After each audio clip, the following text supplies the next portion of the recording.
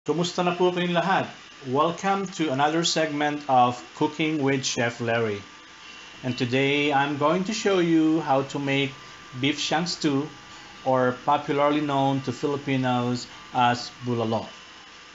Ito po yung ating mga ingredients: beef shank, repolyo, mais, saging na saba, spring onions, salt or fish sauce, at pamintang buo.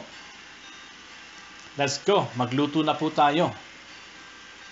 Gagamit po tayo ng kaserola o yung pong malalim na kawali. We are going to use about 8 cups of water at ilalagay na po natin itong 3 pirasong beef shank. It is about 1.5 pounds. Kasyang-kasya na po ito to serve 2 to 3 diners. At bago po natin tuluyang pakuluan, isasabay na rin po natin ang ating spring onions. Although traditionally, regular onions po yung ginagamit talaga rito. Titimplahin na rin po natin ito ng asin at ng pamintang buo. Ito yung ating tatakpan at pakukuluan. Sa ating pong pagpapakulo, ay gagamitin po natin yung slow cooking method. Sa ganitong pamamaraan ay magiging mas masarap, malasa, at malambot ang karne kapag nasa low heat lamang ang ating kalan.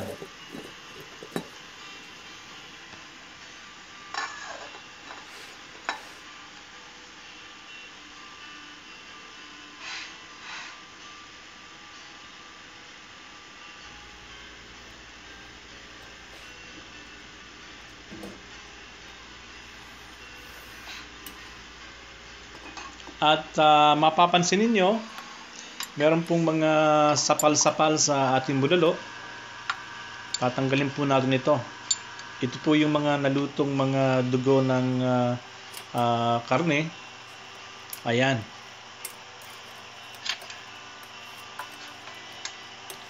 Babalik rin din po natin itong ating beef shank para maging even po ang pagkakaluto ng ating karne. Muling takpan. Pakuluan through slow cooking method. At kapag malambot na po yung ating karne, isunod na po natin itong ating mais.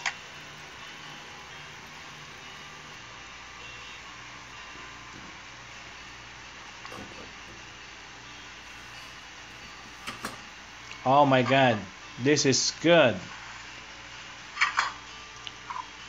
At mapapansin nyo rin po yung mga mantika po ng beef. Nasa bandang ibabaw po yun ng ating nilulutong bulalo. So, pwede po natin itong tanggalin. Alam nyo na, itong bulalo, it's an unhealthy food. So, bawas-bawasan po natin yung ating mantika o yung fats. At palitan na rin po natin ito ng tubig. At i-adjust po natin yung saltiness sa pamamagitan po ng paglalagay ng asin or ng patis. Ilagay na rin po natin itong scallions o yung dahon ng sibuyas. Matatandaan nyo po, hindi po tayo gumamit ng regular onion. And then, ito pong saging na saba. Yung pong saging na saba, ang piliin nyo yung medyo mahinog-hinog na. Para maglasa po yung medyo konting manamis-namis sa sabaw ng ating bulalo. Muling takpan, pakuluan.